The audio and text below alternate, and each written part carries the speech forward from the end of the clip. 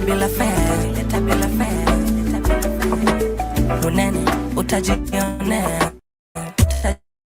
I like that ting there. Mean tajileta bila fare.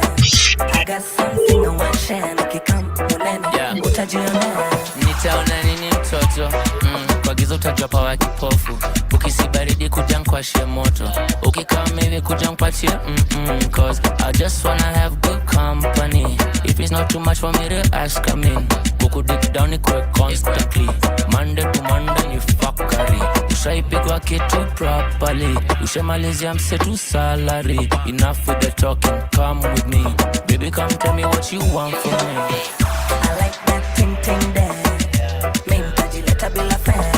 I got something I want share. Nikikam unene, utajionea. I like that ting there. Mean tajileta bila fare. I got something I want share. Nikikam unene, utajionea. Knock, who's there? Ni Dr. Wanjeve. Leo nimekuja dina USB na reggae. Neza kujipatia, though nataka woni jenge. Nilibeba cuffs, I don't know, is that crazy? No, is that crazy? Twende, hina. Mekwa longa cause the nigga just got slimmer. Manners, sina, unaona, nima. Yo kula dina after dinner cause I'm that dinner. Me, I like that thing, I swear. Baby napanda buti asiponipea. If you got a pair, number spare. Naitaka daily baby isikuwe rare. I like that ting there. Mean tajileta bila fare. You're listening to the Pan-African Bliss Show with your host, none other than Jody. Andrew Robinson, enough respect, love, respect, and justice for all. Good afternoon, happy Friday. Hope your week has been fantastic. Welcome to another beautiful episode of the Pan-African Bliss Show. Of course, my name is Joby. Shout out to everyone live with me on the radio, on YouTube, on Rumble Big Shit, on those who shall be catching this on Spotify, on iTunes, literally everywhere. Even those other platforms I can't mention, but we're everywhere as Black of iTunes, iHeartRadio.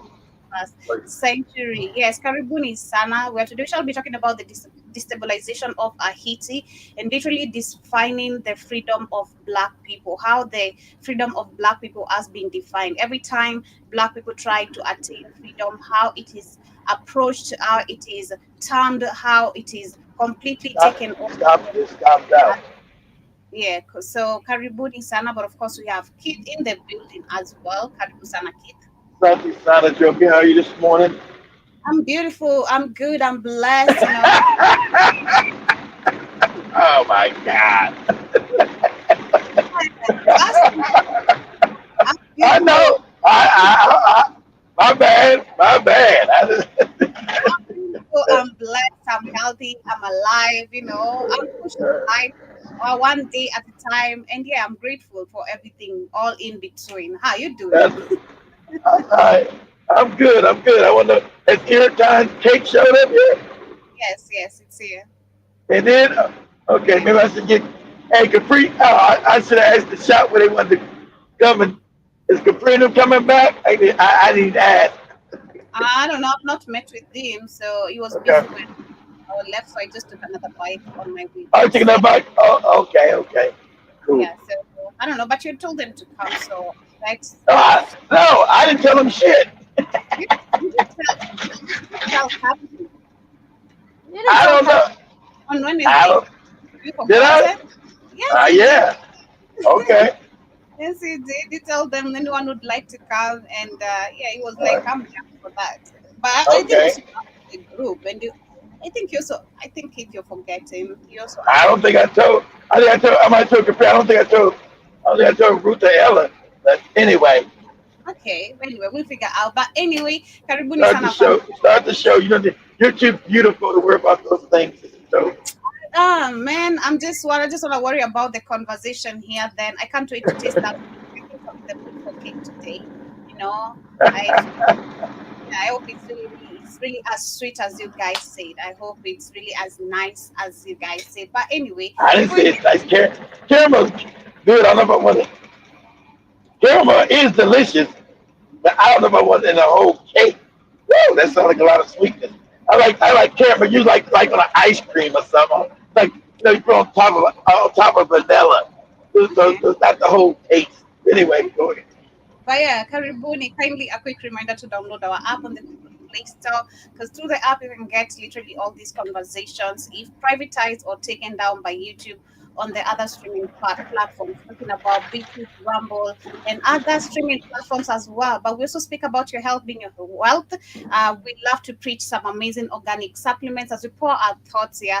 Let me share some brain and focus formula, and then immediately we come back with the conversation of the day as we talk about what really happened in Haiti. Because when you talk about Haiti, and not just Haiti, I bumped into an amazing comment which was very, very truthful, and which most of the rest of the world doesn't like to hear.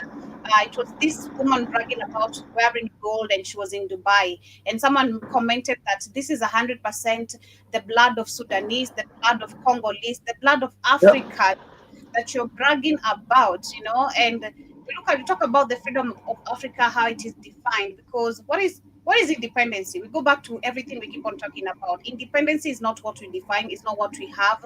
And this is globally, not just as a continent. This is globally for Black people, because slavery literally affected Black people everywhere we were. Well, And yep. still, it is very effective till today, because when you talk about freedom, there's no freedom. Black people are the most oppressed people in this system. And the system literally just favors the white people only. The system is all Of about the course. white supremacy, and they know that. And that's why they they mock us, like what we just talked about, the Chicago whole situation on Monday. That is mockery on your face, again reminding you where you belong as a Black person.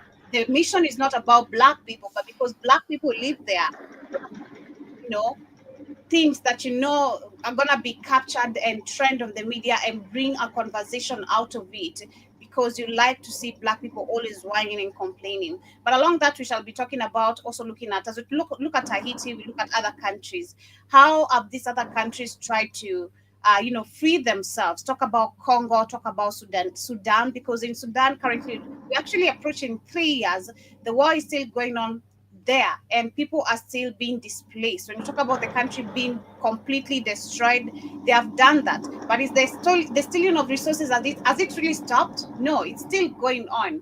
The wars are going on so that they can completely keep on stealing resources. And that's the same bullshit now they have started in Kenya, in the northern parts of Kenya. We have now Kenyans coming out and crying for Ruto to put a wall border on the Mandera region. And I'm like, this is again the idiotism and lack of education we don't have. Understanding that we never had borders. So what is really, really what is affecting Africans to lack the peace that they once had? So yeah, that is what we shall be talking about. Bakaribuni Sana. A video literally coming from Lynn Gugi as she breaks the whole point down.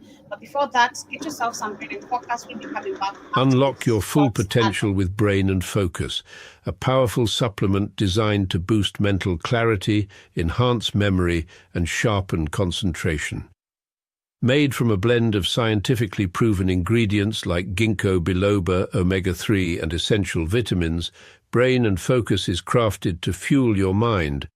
Our process ensures maximum potency and effectiveness, delivering the perfect balance of brain-boosting nutrients.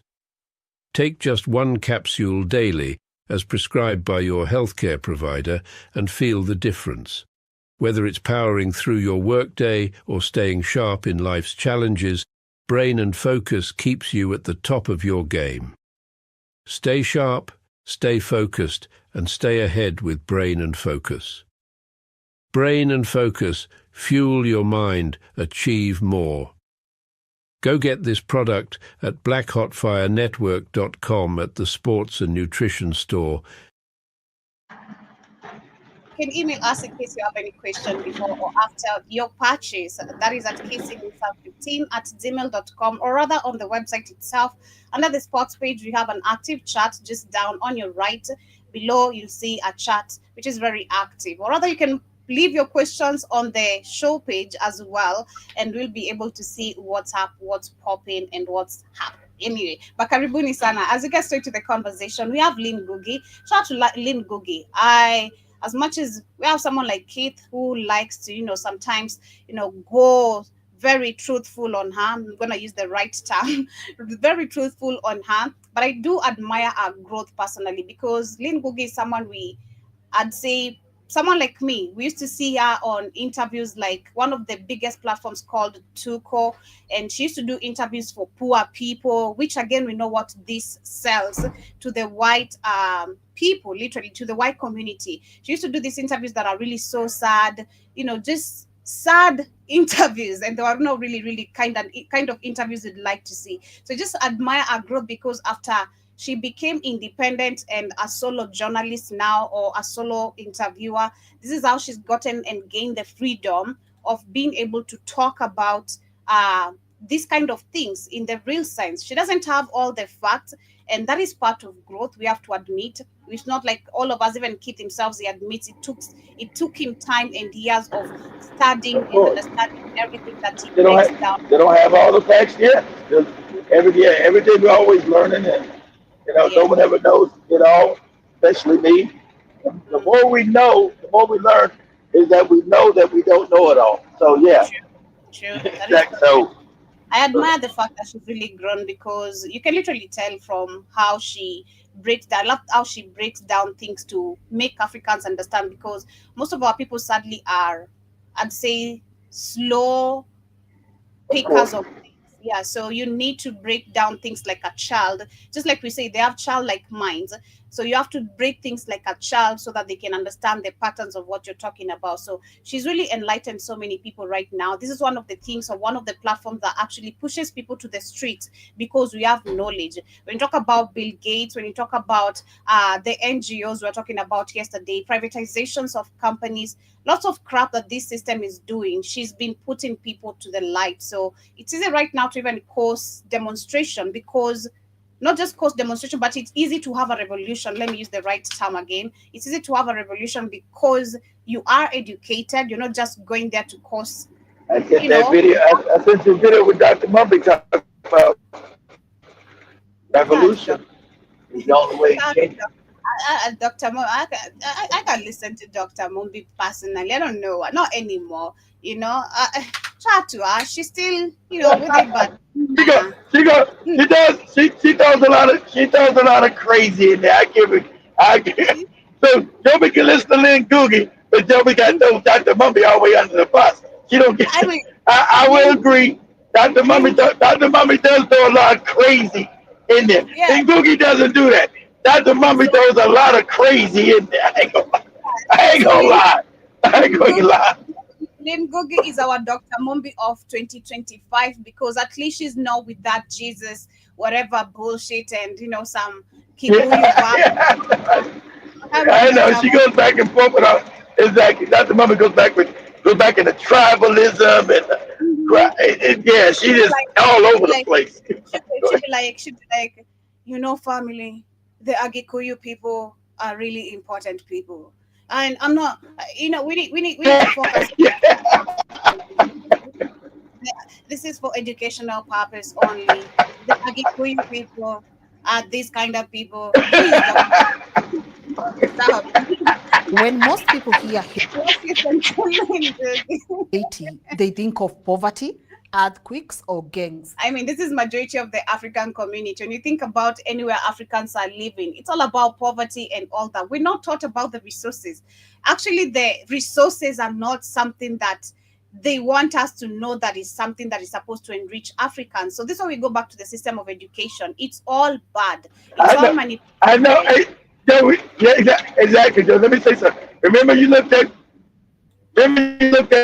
like 3,000 and When I look, $4,000 a house, Joey now. you're break, 4,000 out. you're Oh, breaking. I can hear four oh. thousands of So I'm breaking. I'm saying, go, oh yeah. I'm saying, let me say gold. You looked up gold was like $3,000 an ounce. yeah. Gold is now $4,000 an ounce, Joe. Wow. You see? And we don't know all that. The white people are just here bragging about our resources, getting rich off the Africans' back. This is crazy. We need to gain some backbone and stand the F up and fight, because this is crazy. Yes. This is Yep. why we're gonna keep on being disrespected, because we don't even know what we keep on living back at home, going to fight with white people for spaces. You sound even crazy, Twana. At this point, Do me, Africans, we need to wake do up. me a favor real quick, Joe. Do me a favor real quick. Keep Okay. thinking. Go to Google real quick to say, what is the price of? I mean, what is the price of of an ounce of gold now? $4,000. So I'm giving you $2. Like Joe said, go get that. I'm giving you $2. Gold is worth $1,000 an ounce. This is our October, the update of today. Actually, the prices of ounce gold is approximately 4,000 exactly. 4,000, Yeah, yeah, $4,000. $4,000. That means no bigger than your no bigger than your thumbnail, Joey. No bigger A than whole your thumb. a whole No, land, big, a whole land. no bigger than the nail on your thumb, Joey. That's an ounce. It's That four is a whole thousand dollars. that is a whole land, literally. But I That's what I'm get, saying. but I, That is a but whole land. but I'll give you $2 when you get you some moonshine, Joey. You trying me, you trying me. The disrespect, the disrespect white people have given black people is way beyond unexplainable. But let me But, continue. When most but people hear Haiti, they think of poverty, earthquakes, or gangs. But that's only the surface. Haiti is the first black republic in the world, the only nation where enslaved Africans rose up, defeated Napoleon, and declared independence. Haiti was also the richest colony on earth. Its sugar and coffee filled yep, France's it's the banks richest place and on earth. helped make it one of the wealthiest empires of the 18th century. But that wealth came at a devastating price. Africans were forced to work from sunrise to midnight in the sugarcane fields and coffee farms until their bodies broke. Conditions were so harsh in these plantations that the average enslaved person in Haiti survived less than 10 years. I mean, they grab you, they take you to the plantation, and you are slave. Trust me, you are not going to survive 10 years. But in 1804, Haiti smashed that system. It destroyed slavery at its root and proved that black people were not destined for chains, but for freedom. And for that act of defiance, the world never forgave Haiti. From that moment on, punishment became its inheritance. By the end of today's episode, I want to walk you through how France shackled Haiti with impossible debt, how America invaded and rewrote Haiti's constitution, and how the United Nations brought cholera and abuse. We will also dig deeper on how Bill Clinton turned Haiti's food supply into a business deal for his own country, and how today, as you know, gangs control nearly all of Haiti. Not really gangs, because this is the problem that this is the terms they use. Again, understanding what is happening in Exactly, Joey. these That's are the the term they local use. people. These are the local people, just like a documentary I shared some time back in DRC. We have a group of people are trying to form their own small military in the Exactly. Protect best way they themselves. can, and not backed by anyone, not funded by anyone. So why would the US be looking for these people? And we know the US notorious behavior. They go fund the so-called Al Shabaab, this so-called group. So why would you be going So, after people? Why would you be going after people? Because we know also the propaganda they use in the media. Yes, we're looking for the head of this group, da da da da, but they're the ones who exactly. fund them. Why would you be looking Exactly. exactly? Why would you be looking for someone who you're not backing him? Because you're looking for him because you're not backing him. He has refused to accept your petty money. He's there protecting the interest of the people. Exactly. So you termed him a terrorist, but the real terrorist we know it's you, America. This is why you're using Kenya to clean up your mess. Exactly. You went to Exactly. Jamaica, you went to Chad to take Africans to clean your own mess. So we can look like, okay, this is not an American problem. It's Africans rising against each other. We know the patterns now very well. We know the patterns Exactly. very, very well. So we need to be the smart ones to wake up at this particular point. Well, the world once again prepares to intervene. This is not just a story of one Caribbean nation. It is the story of how the world has treated Black freedom for more than 200 years, and why Haiti's struggle is far from over. Now, before the revolution, Haiti was not yet called Haiti. It was Saint-Domingue. France prized colony in the Caribbean. The land was very fertile, the climate perfect for sugar and coffee, and it became the most productive plantation economy in the world. But the colony's wealth was built almost entirely on the backs of enslaved Africans who outnumbered whites by more than 10 to 1. Nearly 500,000 men, women, and children were shipped across the Atlantic to work its fields. Well, a small white elite and a mixed race-free population controlled the land and the profits. To Europeans, Saint-Domingue was a jewel. To the Africans who lived there, it was a prison.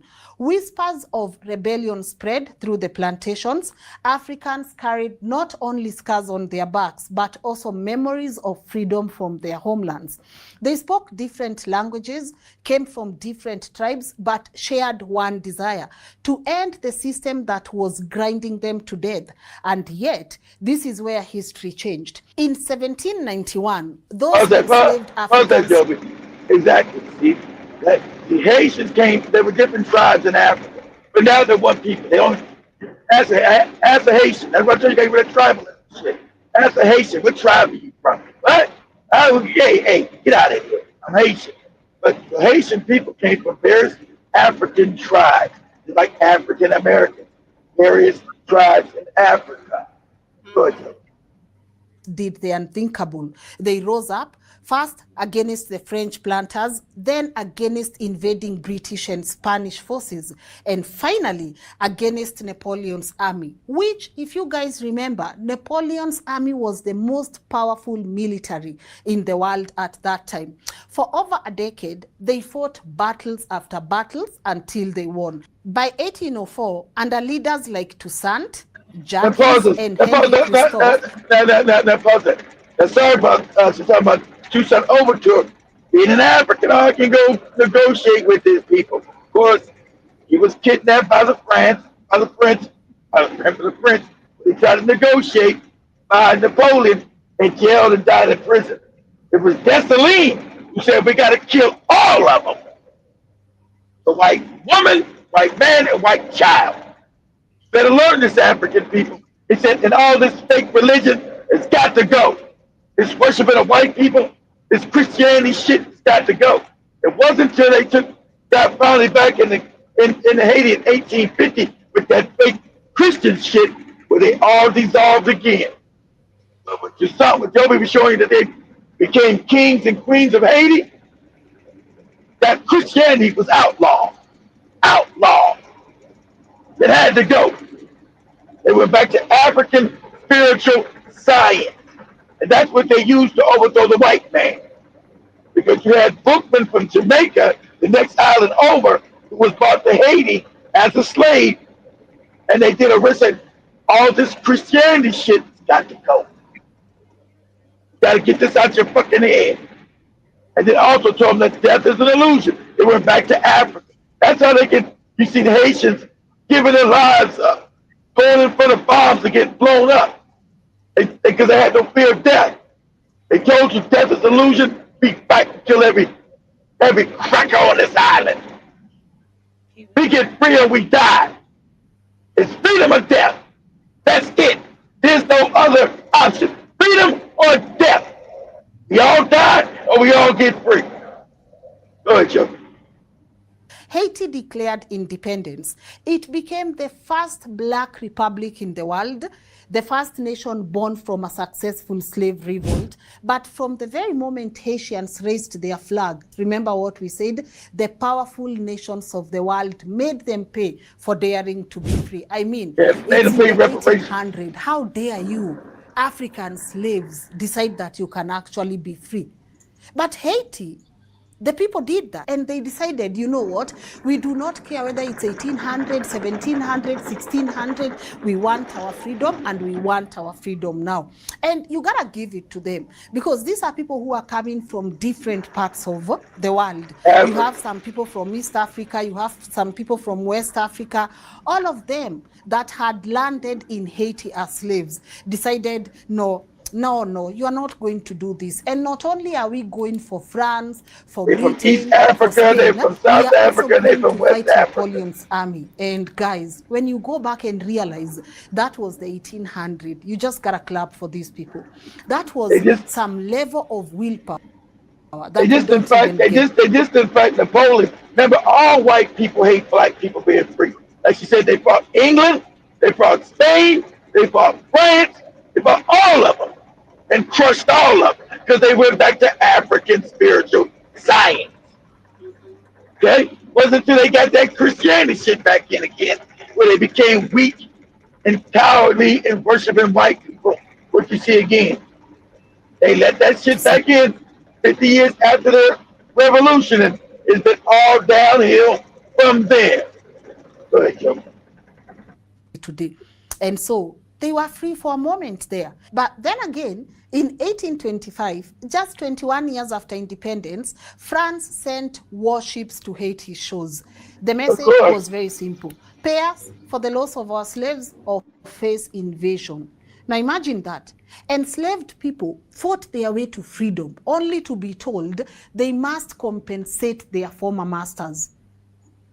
Like we fought for this thing. And now you are back, even more stronger, and you are telling us we either surrender or we give you guys compensation. I told black people, you better start building real weapons. As the Haitians, you didn't start building weapons. They was going to come back to see you. You're fucking with warmongers. Okay? You're fucking with warmongers. That's what white people are. You try to be peaceful and loving, all that. No. Always be prepared for war with these people. Always. And history, that's why I don't teach your history. And why Africans don't know this. You always prepare for war with these people. You pray for peace, but you prepare for fucking war. Because these people always come back to see because they want to rob and steal. They're parasites. They're always thieving. That's their nature. So you're going to have to fight them. Go ahead, Joe. And honestly, Haiti had no choice. The revolution had won their independence. They had the freedom and the independence, but it also left the country in ruins. Plantations were burned. This is what these people do once they realize you're winning. They burn the plantations, they destroy the cities, and nearly 500,000 people had died in the fighting. This young nation, Haiti, was very free, but it was also very exhausted. We are just coming from war after war after war, trying to win our independence. And then, man, you've destroyed everything, and now you are back. We are not even 30 years old, you are back. You have to remember, most of Haiti's people who were formerly enslaved, after the revolution, they finally controlled the small plots of land, but also they refused to return to the old plantation system, where a few owners grew sugar and coffee for export, while everyone suffered. They said, we don't want this anymore. So instead, they focused on farming, mainly for themselves and their families. That meant Haiti no longer produced sugar and coffee in the huge amounts it once did, and even the crops they grew, like coffee, had nowhere to go because the world powers closed their markets. You guys, you think you are going to get freedom and then we let you trade with us? No. France, Britain, Spain, and the United States all agreed to cut Haiti off to make sure that they set a good example of these people, so that black freedom. Exactly. White people always unite against black people. I'm trying to tell you this. They don't play that tribal shit. France, America, Britain, they all unite to make sure you stay in power. Like you talking about that Dr. Mumby bullshit. I'm a Kikuyu, the Kikuyu nation. All that stupid shit. Mm-hmm. Exactly. It's not spread. So you can imagine by the time France is coming back, the kind of Haiti they are coming back to. So when these French warships appeared in 1825, loaded with cannons and soldiers, the threat was real. France was still a military giant. Haiti had no navy, no allies, and no money to fight another war. The revolution had cost them too much. If they resisted, they risked invasion, another round of bloodshed, and possibly losing everything they had fought for? No, they were not ready to do that. And so they signed, not because they wanted to, but because survival left them no other option. And that signature locked Haiti into a debt trap that would last more than a century. We are talking about 100+ years. France went ahead and demanded 150 million francs, an amount so huge it would equal to 20 billion US dollars today. And for context, so guys, you can realize what France did to these people. The money they demanded for was more than 10 times Haiti's annual income at the time. 10 times annual. So it's like Haiti's income for Well, Joey, 10 years. Joey showed you that Haiti didn't get finished paying that off until 1940, 120 years later. Not only that, in the 1920s, remember, the white people in America came and robbed Haiti, came and just stole the money out of their banks. He just came and shot up, came and chopped off the president's head and then stole the money out the banks. The gold, just stole it, just took it. It's our shit now. That's what gave us a fake democracy. Mm-hmm. And remember, this was not money to rebuild Haiti or to help its people. This was money to compensate French slave owners for the loss of their slaves and land. I honestly cannot wait to come on this platform and talk to you guys about the insane compensation towards slave owners. That is a conversation on its own. Haiti was definitely locked. They had nowhere to go. So to make the first payment, Haiti had to take massive loans from French banks at high interest. You know, that meant from the very beginning. Who owns the French banks? Say the name. Who owns the French banks? The cats with the hats. The cats with their hats. Who owns those banks? And you got a cat with the hat right now in control of all of Haiti right now. That's right. Not the French people, the cats with the hats. Mostly the Rothschilds own the French banks. That's a fact. So, every time you get the Kenyans out there with the fake Israeli flag, you know what the fuck you're talking about. You're dangerous. You're dangerously stupid. Go ahead, Joe. With more debt. Yes, we've come and we want compensation, but we also know you are too broke to afford it. So we are willing, to be kind and give you a loan and also charge you crazy interest on that loan. Imagine your colonizer coming back to demand for compensation and then being the same person that offers to give you a loan. Huh? And because France demanded hard cash, Haiti had to send away the little wealth it had left. Ship after ship was filled with coffee, sugar, and timber, all sailing out of Port-au-Prince, not to build Haiti's future, but to refill the colonizers' bank accounts. Year after year, the payments continued. Schools, of course, you can imagine if we are paying everything to France, schools will never be built here. You weren't paying that shit to no France. That's what's illegal. You weren't paying that shit to no France. You paying that shit to cats with the hats. You weren't paying that shit to no France. England bank controlled by the cats. France bank controlled by the cats. Germany's banks controlled by the cats. America's banks controlled by the cats. Switzerland's banks controlled by the hats. Okay? You weren't paying no France. Go ahead, Joe. Everything Haiti earned went to France. And by the late 19th century, about 80% of Haiti's national budget was going straight to debt repayment. Imagine a country spending almost all its money just to pay off a ransom for freedom. For freedom. People who had already fought for their freedom. But you got motherfuckers in Africa. You got motherfuckers in Africa, Nigeria, Ghana, Kenya, with Israeli flag. Because you're stupid. Yeah, it might could be religion. You have no idea Mm, how thinly Was fucked up in the head you are. true. already on its knees. For more than 80 years, the country had been sending its wealth across the Atlantic to pay France. Its economy was drained. Its leaders were struggling to govern because what are you governing? And poverty was everywhere. You have no money And to it's give in anything, moments exactly. like this when a nation is so weak and so fragile and so vulnerable that foreign powers such as the United States see an Comes and steals, opportunity. steals the rest. That's right. To the America US, comes in, Haiti steals the was rest too of it. valuable to ignore. It wasn't just about geography. Remember, Haiti sits in a strategic spot in the Caribbean, right next to the Panama Canal route, which the US had just finished building.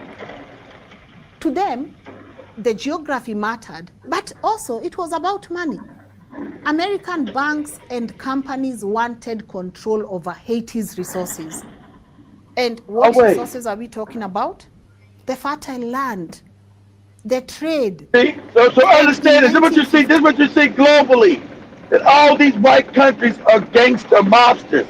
They come steal your shit, your resources. That's what colonialism was about.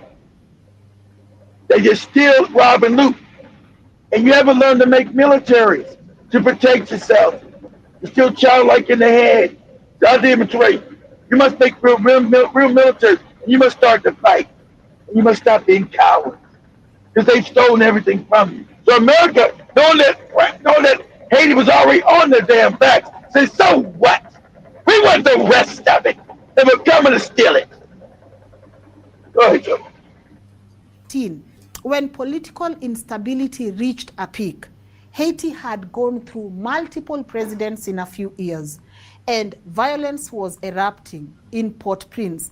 The US used chaos as a pretext to invade. US Marines landed in Haiti, occupied the capital, and within days, they had seized control of the National Bank, Haiti's gold reserves. They took the About bank and half a the million exactly. US dollars at the time were Took seized by off. American Marines and shipped straight to New York banks. And the Yeah. US had the nerve to say, you know Straight to what, the this is about straight, protecting. straight to the cat's banks. It's right. Straight to the cats and the hats bank. You know, they've been stealing from going to the bank in France, and remember they were all related to the cats. So they didn't care about that. So why did the French come after the Americans for stealing the money that Haiti owed to them? Supposedly, because it's a racket. They're all the same people, and it's African people yet not united to fight these wicked motherfuckers. Okay, you're still in the ideal that you still don't know your enemies. You're still childlike. Well, not all white people bad. Not all of them. Well, they keep your ass impoverished and fucked up. But when it comes to you, they're all bad. When it comes to you as an African, because they treat you, it's the same store in South Africa, Kenya, everywhere. Same fucking store. Copy and paste. Go ahead, Joe. Haiti's finances. But to Oh, Haitians, pause this, this was daylight pause for a robbery. second. Pause it. Now they want to go into Nigeria and break it up. See, this is the scam they went on the dumb Nigerians. Oh, you goofy Christian morons. Now this is the thing they want to do with the Nigerians. Because they, like Joey said, they create all the terrorist groups, the Boko Harams, the Al Shabaabs. Now they saying they got the fake terrorists, but they're the ones killing Christians, which is a lie. The Muslims are killing Christians in Nigeria, which is a lie. It's the fake terrorism, like Lingu started with Nigeria. It's the same thing do over again. We now got to go in and protect Nigeria. They want to go break Nigeria up, right? So they can steal from each region and make it less, make sure it'll never become a power. So this was going on now. They want to invade Nigeria, and then basically go into Burkina Faso, Niger, and Mali. You know, put the puppets back in. But they really want to break up Nigeria now. South Nigerians, some of you guys understand it. They want to come in and break it like this into 3 different countries. to destroy, make sure Nigeria never becomes a power ever, and will ever go against the white masters. So that's the reason for the fake terrorism. Same thing they doing tonight, like Joe Biden say they doing it in Haiti. All the terrorists, oh barbecue, the terrorists, the barbecue. We'll get. We don't want to like racist. Let's send these Kenyan morons in there to do it. Go ahead, Joe. Barry, the little security they had hidden, the little security they had left, the savings of a battered nation was stolen under the guise of order. Why does the US do this? And this theft did not stop at gold. Because they're evil. Why you ask these crazy questions? Because they're evil, lady. Because they're evil. You can't ever come. Why do they do these things? Why do they always do? Because they're fucking evil. Shit, they're evil. Okay, they're evil and they're greedy and they've stolen the world resource. That's how they got rich. They're evil. That's why. Good. To change the very foundation of Haiti's independence. For more than 100 years, Haitians had guarded one principle above all others. No foreigner should ever own Haitian land. And that law was sacred to the people of Haiti. It was the guarantee that what they had fought for in the revolution, the right to live and farm on their they would never soil, lose it back by white people. Exactly. Again. Exactly. They treasured their land and they made sure the constitution was clear about that. But not no more, they changed all that. Under 1918, under the American occupation, these same Americans forced through a new constitution. That's right. We're going to own your land. Haiti's laws to open the door for foreign ownership. Now, US corporations could legally buy land, set up plantations, and take control of Haitians' businesses. And guys, you realize this happens even to almost a lot of African countries. Yeah. You find a foreigner with 100,000 acres of land. It's happening today in Kenya. It's happening today. It's in Kenya and it's every part in Africa. It's not just Kenya. It's the model. Yes, lady. But you won't fight. You just be like, these are my friends. They own them ballet studios. Go ahead. And they tell you, but I bought it. But I bought it. It's actually mine legally. I bought it. But what they do not actually want to admit is how did you buy it? Under what conditions? Because I'm sure right now there is land in Haiti that still belongs to the Americans and they will continue staying there under the guise of, I legally bought this land. But they don't want to tell you they bought that land under duress. They don't want to say that. So what some of the freedom fighters in Haiti during the revolution had defended with blood was undone with a single pen. The insult was made even worse by how US leaders talked about it. President Woodrow Wilson, who authorized the invasion, presented the new constitution as a civilizing act. Because again, these people always assume we are not civilized. So they are the ones who actually bring civilization. So he was there clapping. This is good for these people. And later, President Franklin, who actually helped draft the constitution as a young official, bragged openly that he had written Haiti's constitution himself. In American politics, this was treated as a mark of success, a flex, you know. But again, you go back to Haiti, it was remembered as yet another violation of sovereignty. We had our constitution. Leave it alone. Leave our constitution alone. So, when you have politicians in Washington congratulating themselves, Haitians on the ground are paying the price. Because the US imposed a system of forced labor known as covey. This is where armed Marines went into villages, rounded up peasants, and forced them to build roads and infrastructure without pay. Men were chained together and marched off like prisoners, whipped if they resisted. Families were torn apart. In the countryside, Haitian peasants called the Kakos rose up in rebellion. They said, no, this ain't happening again.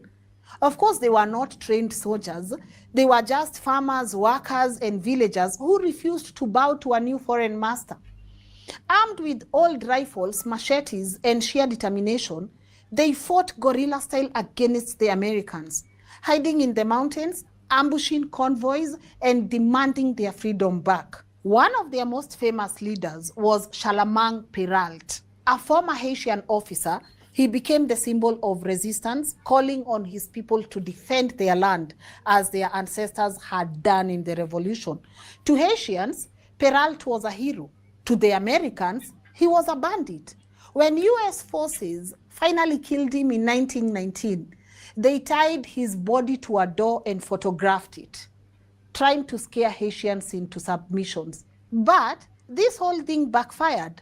Perrault's defiant death turned him into a martyr, a reminder that Haiti's spirit of resistance could never be erased. But the US military was relentless. They burned villages, same pattern, same thing with these France people. Bombed resistance camps and massacred fighters. By the time the rebellion was crushed, thousands of Haitians had been killed. So, while American newspapers painted the occupation as modernization, ordinary Haitians lived through chains, whips, and bullets, the same tool of slavery their ancestors had fought to destroy. I know at this rate they were asking, why did we even fight for this freedom? Because, man, we just dealt with France and then the Americans are here. First, you are occupying our land. You are trading. It goes back, that question should go back to just what you just said. We're dealing with warmongers creatures, warmongering creatures. These people don't know peace. They don't understand peace. And peace is not their, it's not their term. It's not their nature. These people, you look at everything they do is out of nature. I think that is actually the biggest point of you understanding why people, everything they do is out of nature. Killing people, making sacrifices, raping children. Talk about the deep diabolic things they do. Like, how is this just okay with someone who has a conscious soul?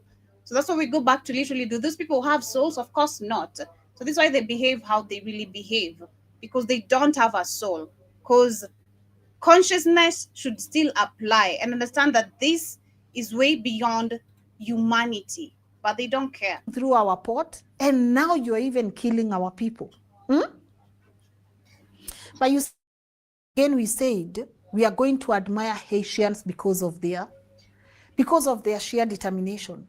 These people, there's just something about them, because I can't imagine what they were going through back then. Majority of the countries in Africa were still under colonization. And that is why when you see these people fighting, you go back and you realize what year this was. You just have to clap for them.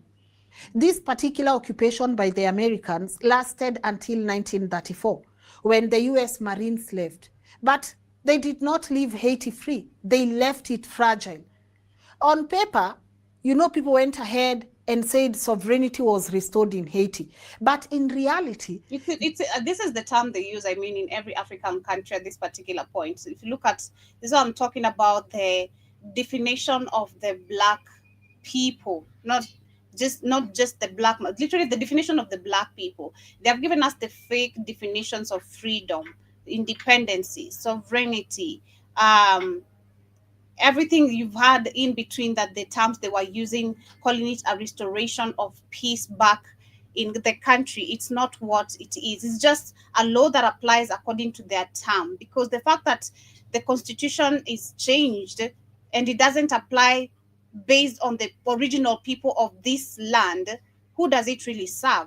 Who does it really profit? There's someone who's profiting, and it's not the local people, not the people of that nation. The US still controlled Haiti's finances and customs through American advisors. The country's economy was weak, its leaders were divided, and its people tired of broken promises. The years that followed were marked by instability. Haiti cycled through presidents who often came to power through military coups rather than elections. Corruption was widespread, and the gap between the ruling elite and the poor majority only grew wider. The rural population the same peasants who had resisted foreign rule remained marginalized, cut off from political power and trapped in poverty. Political violence became common. Leaders relied on the army to hold power, and opponents were often exiled, jailed, or assassinated. Instead of building strong institutions, Haiti's politics revolved around personality alliances and backroom deals. By the 1940s and 1950s, a new kind of politics began to take root: populism. Leaders tried to win support by speaking directly to the poor majority, promising to finally give them a voice. Haslan. Hey, by the way, these people, when they identify there is a gap somewhere, they will even lower themselves to your level. They will tell you that we are going to give you a voice, we are going to cater to you. I know how it feels to be a hustler in this nation.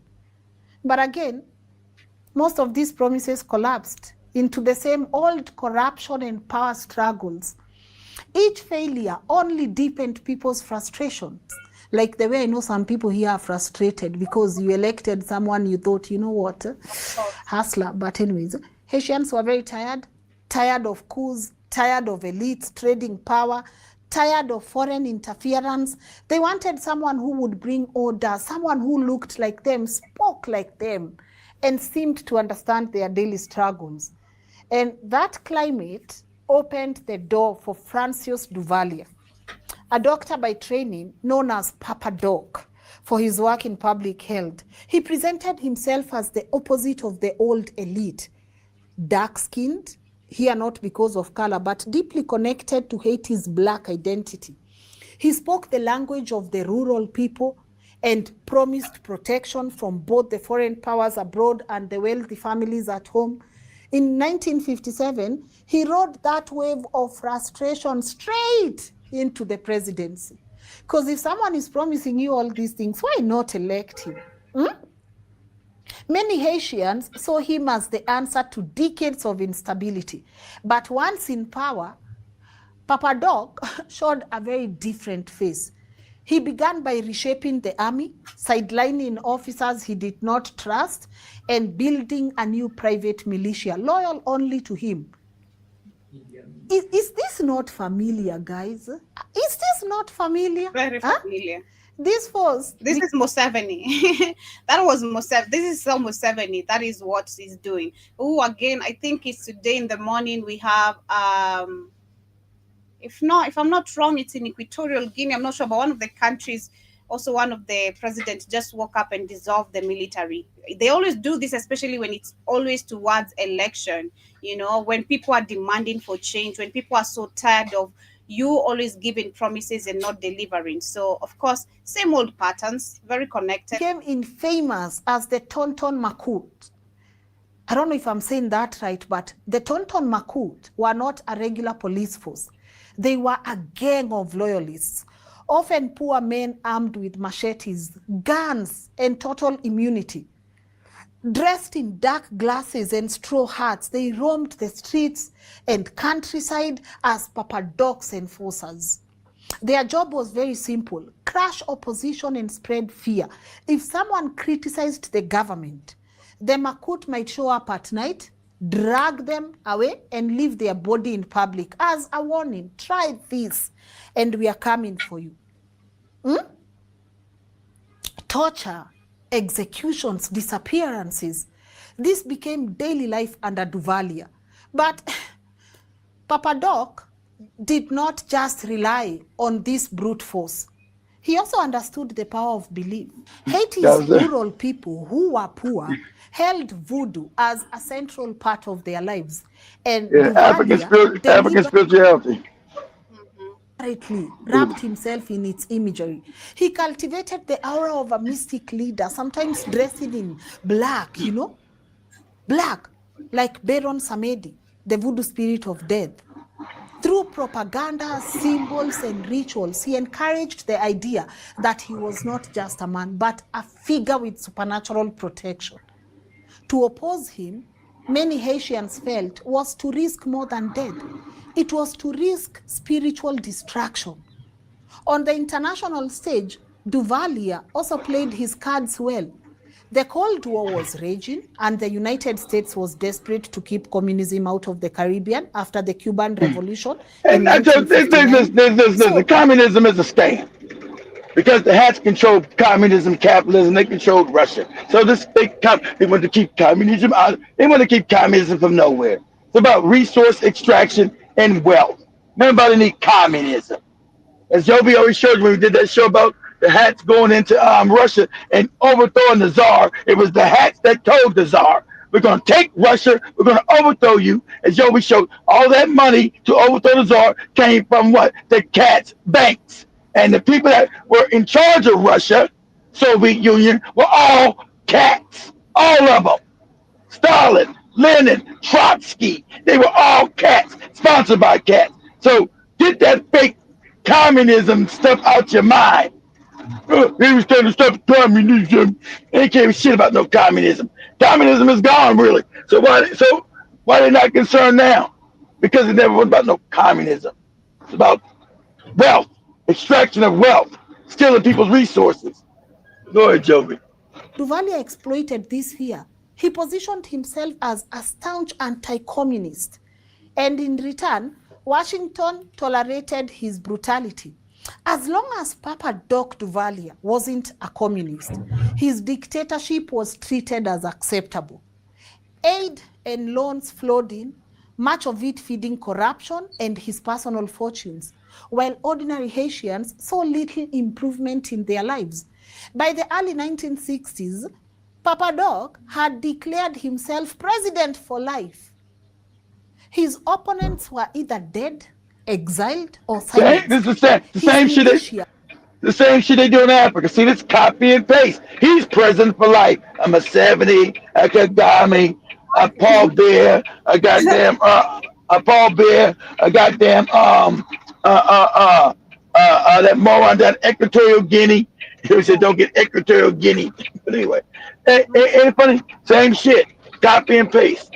Same bullshit. Exactly.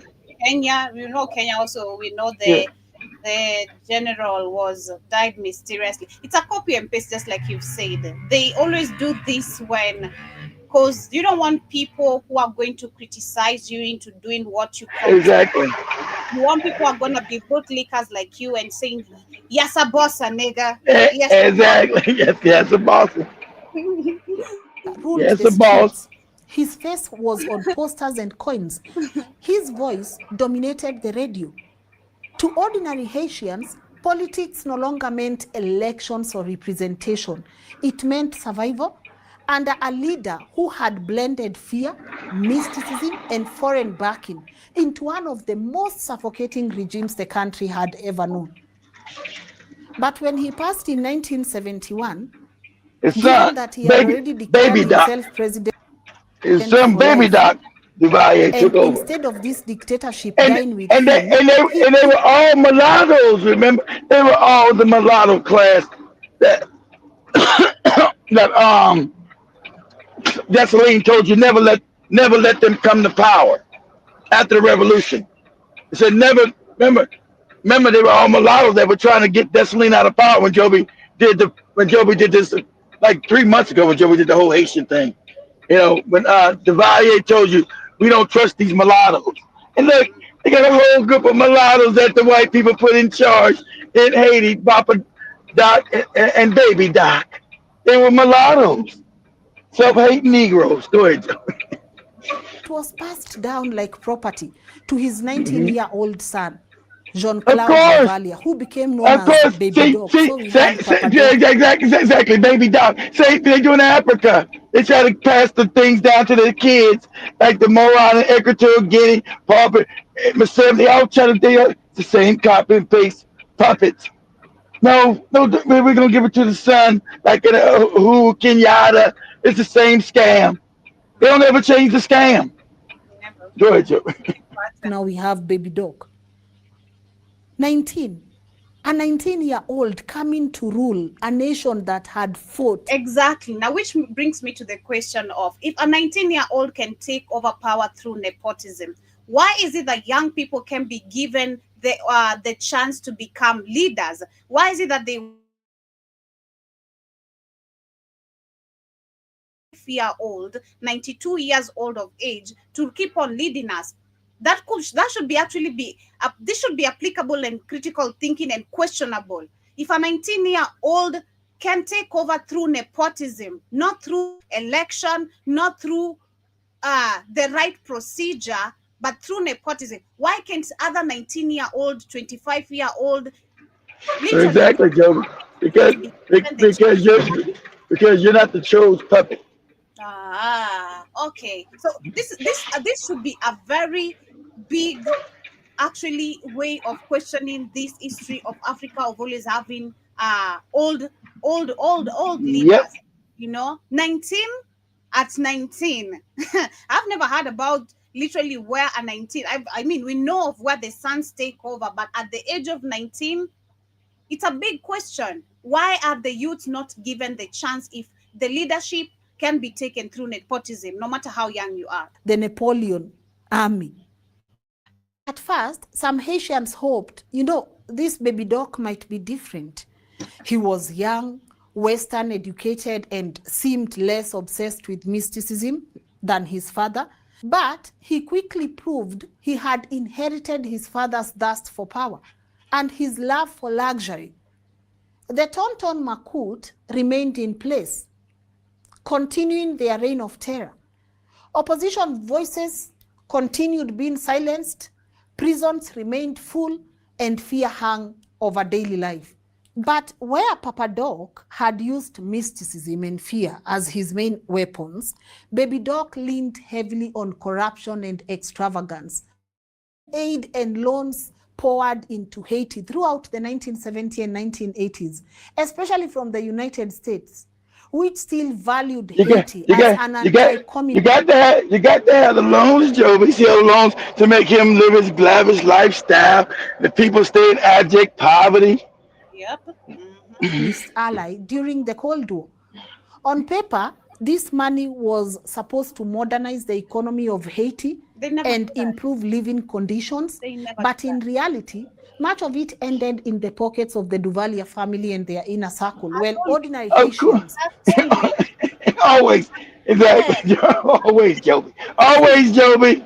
They're all relatives, let me tell you. These puppets are all relatives. They know the patterns. struggled with Yeah, poverty, hunger, and poor health care.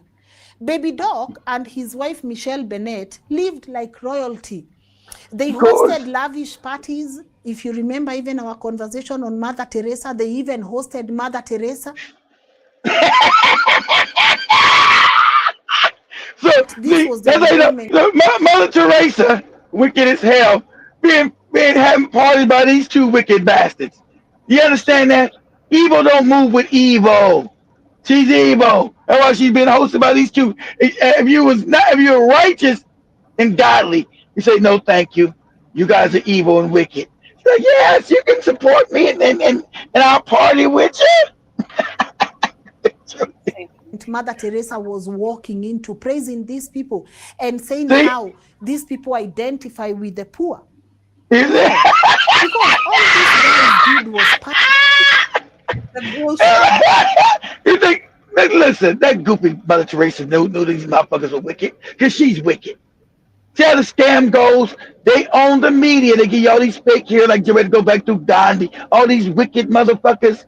You better go back and always. That's how I had to learn. Go back. I didn't. I was like Joey, Mother Teresa, Gandhi. I grew up with the same lies. Then I start deconstructing this bullshit. Like what? What? And then that's what. Who's been teaching me these people are good and why is it in my books? They were written in your books. These people are great. The parts of God and done good things. All of them hate African people. They were all wicked. We're going just crazy. party, buy sport cars, and reportedly flew in luxuries from Of abroad while course. their people Of course. starved. Of course. The gap Pause it. This is who's buying sports cars? Oh, Equatorial Guinea son. So Joe was looking at this Bugatti, his Lamborghini, his Maserati, his Ferrari. He's the son. Remember, he's gonna be the president next. The son. Copy and paste. All of it. between the ruling elite and the poor majority grew wider than ever. By the 1980s, discontent was boiling over. Haiti's economy collapsed under debt, unemployment, there was a lot of it, and also resentment against the Duvalier spread across the country. Yeah, In only African people can 1986, stay in this kind of after poverty forever. Only African people, like the Haitians, should have been revolted. Only African people can stay in this kind of poverty where they say, fuck it, we got to do something finally. But go ahead, Joe. protest and growing international pressure, Baby Doc fled the country on a US plane. It's always this country giving people these planes. Always these people helping these dictators escape. Of course, Right. they want to put them in power. That plane, guys, ending nearly 30 years of Duvalier family dictatorship. When he fled in 1986, Haitians poured in the streets celebrating. For the first time in nearly 30 years, the Duvalier dynasty was gone. People believed a new chapter was finally opening. Don't One believe where that. Haiti could breathe again, build Nope. democracy, and reclaim its future. But Nope. the reality was harsh. The departure of the Duvaliers left behind a hollowed out state, an economy in ruins, and an army still loyal to its power. In the years that followed, Haiti stumbled through a series of short-lived governments, military rule, and constant coups. Every time hope rose, instability cut it short. Then, Of course. in course. 1990, Haiti experienced something historic. Its first truly democratic election. And the winner was a priest from the slums, Jean-Bertrand Aristide. Now, Aristide was no ordinary politician. He was a liberation theology priest. He preached then they got about rid of him. justice, dignity, and the rights of the poor. To Haiti's majority, long ignored, lied to, and oppressed, he was a voice they could trust. His victory was overwhelming, a landslide that reflected the hunger for change. But the old powers inside Haiti and abroad, they were not ready to let that change take root. You got rid of Within him. 8 months of taking office, Aristide was overthrown in a Exactly. military coup. Exactly. Thousands of his supporters were killed in the crackdown that followed. And once again, the promise of freedom was choked by Suppose violence. that. Suppose that. And So that's what Joby calls a fake coup. They go in, say the military, we're gonna overthrow this nigga. We're talking about giving people freedom and money and jobs. No, that money goes to the cats. So this is what you call a fake coup, not a coup by the people, coup by the powers. He got to go. Get his ass up out of here. That Gabon. That Gabon. Yeah, Gabon. the Exactly, Gabon. Americans, there's a crisis here, let's try and solve it, In 1994, under President Bill Clinton, US forces intervened and restored Aristide to power. But And it wasn't a clean victory. It's a fake- Aristide so was also- returned only under one. Oh, yeah, he did what they told him. But remember also, Epstein tried to tell they were stealing children. And if they were stealing children and raping children. See, remember we did yesterday about the damn Wednesday we told you about the world and how it really works, who really runs it, why they need black bodies, black girls, black boys. So that time a bunch of black children started becoming trafficked and missing. Joby did that about a year ago when remember I showed you when it showed the Clintons people were in there stealing babies and the girl got caught with all them children going across the border. Yeah. She be what are you doing with all these black kids? Oh, we adopted these kids got parents. What are you talking about? Because that's where all the damn sacrificing of children, all this shit's real. All of it's real. Okay? The cats were put in power by a force that you can't see, that you don't even know exists. You can never see it. It's out your visual spectrum that created all these avatars housing these demons inside these fucking things. Because Clinton's like a man, that's a demonic energy up in that goddamn thing. It's a demon posing as a man. Go ahead, Joe. Haiti had to open its economy to foreign imports, cut tariffs, Of course, and of course. privatize state And companies. privatize. Hey, you know, pause again. Does that sound familiar, Joby? You must Of course, privatize your state company, Joby. of course. It goes back from when that cool of a leader became no, you can see the son now the papa duck or whatever type of a Yeah, child. Papa Doc, then Baby Doc. Yeah, is the one started taking the literally the loans and with the higher hmm interest. So Interest rate.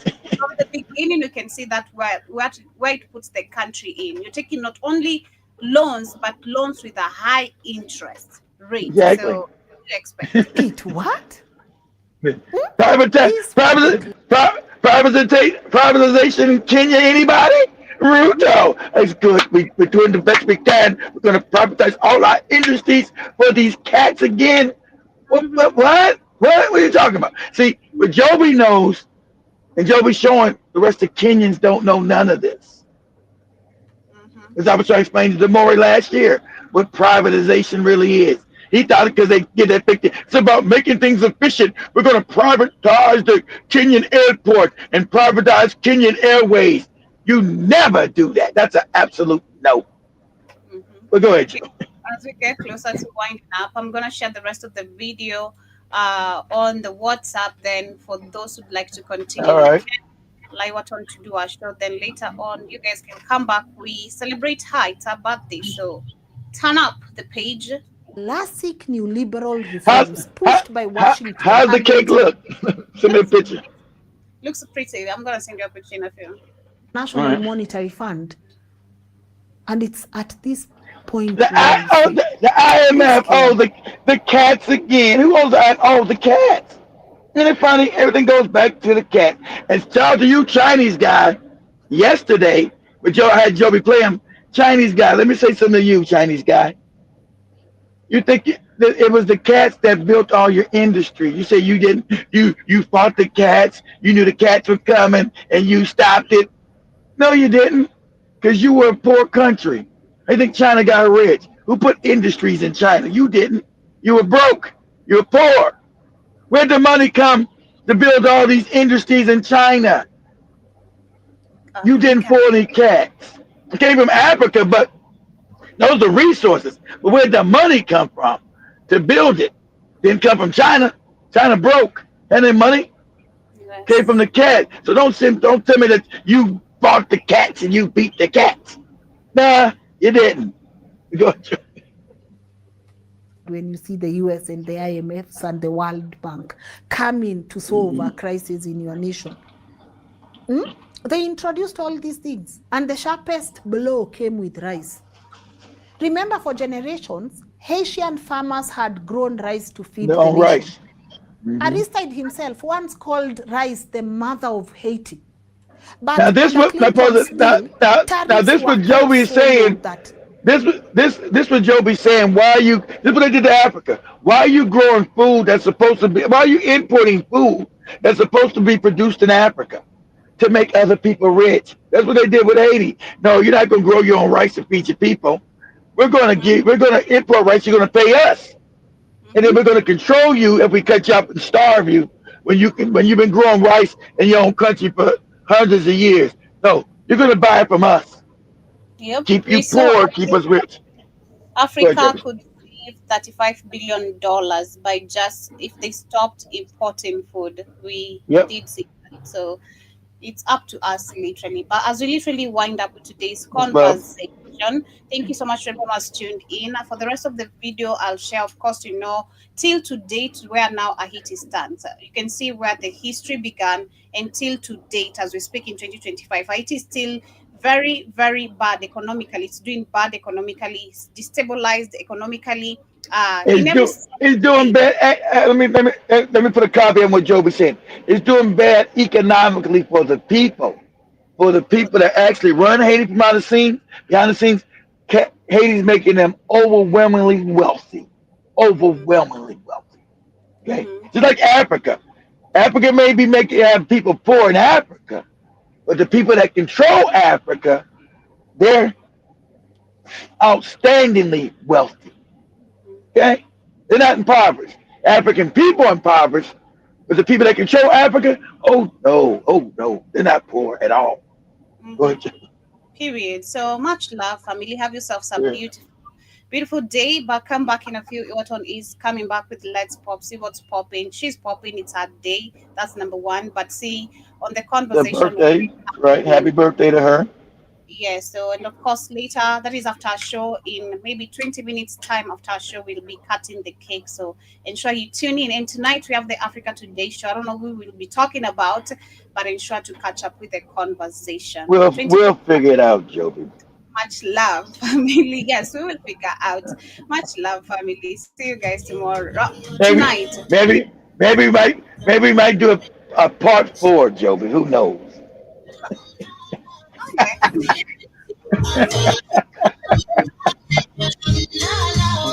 Okay. Since you're